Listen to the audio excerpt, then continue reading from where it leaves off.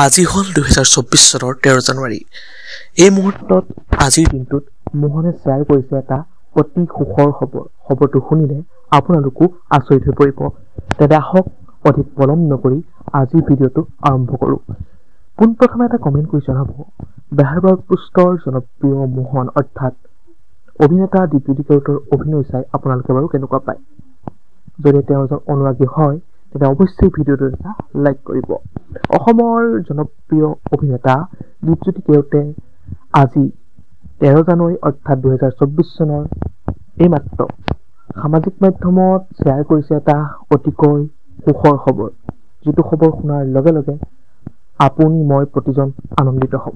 হয় বন্ধু বান্ধৱীসকল, বেহাৰবাগ পোষ্টৰ মোহন অৰ্থাৎ দীপজ্যোতি কেওটে খবৰটো সামাজিক মাধ্যমত শ্বেয়াৰ কৰাৰ লগে লগেই অনুৰাগীসকলে তথা সমগ্ৰ অসমবাসীয়েও শুভেচ্ছাৰে উপচাই পেলাইছে আৰু আশীৰ্বাদ জ্ঞাপন কৰিছে মোহনক। বেহাৰবাগ পোষ্টৰ মোহনে কয় যে আপোনালোকে পাহৰি গৈছে হয়তো বহুত দিন মোহন চৰিত্ৰটো। আপোনালোকে মোহন চৰিত্ৰটো পাহৰি গ'লেও এই চৰিত্ৰটো পাহৰি নাযাব কিন্তু। হয়, মোহন চৰিত্ৰটোত আপোনালোকে যিমান হাঁহিবলৈ সক্ষম হৈছিল বা মই আপোনালোকক যিমান হহুৱাবলৈ চেষ্টা কৰিছিলোঁ তাতকৈ অধিক হাঁহিব পাৰিব এই চৰিত্ৰটোৰ দ্বাৰা। এই চৰিত্ৰটো চাই আপোনালোকেও ভাল পাব।